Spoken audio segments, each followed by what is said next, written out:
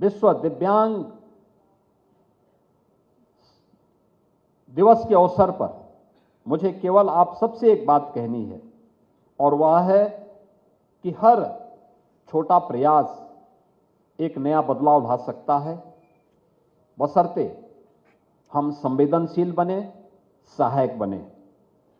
दिव्यांगजन के लिए बैरियर फ्री इंडिया बनाने में हम अपनी भूमिका का निर्वहन ईमानदारी से करें।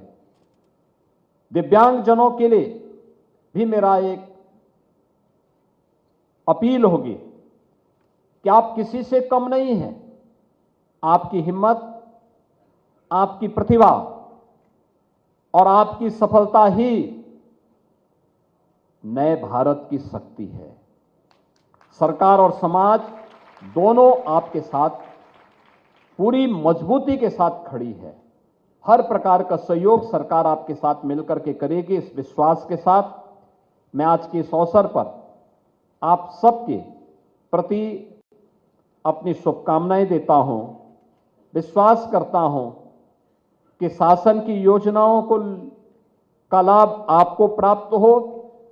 विभाग के माध्यम से जो प्रयास आगे बढ़े हैं, इसको और तीव्र गति से हम आगे बढ़ाने में पूरी ताकत लगा दें, और जहां भी जो भी सुविधाओं की आवश्यकता होगी, आज आदरणीय प्रधानमंत्री जी की अनुकंपा से हमारे पास धनराशि की कमी नहीं।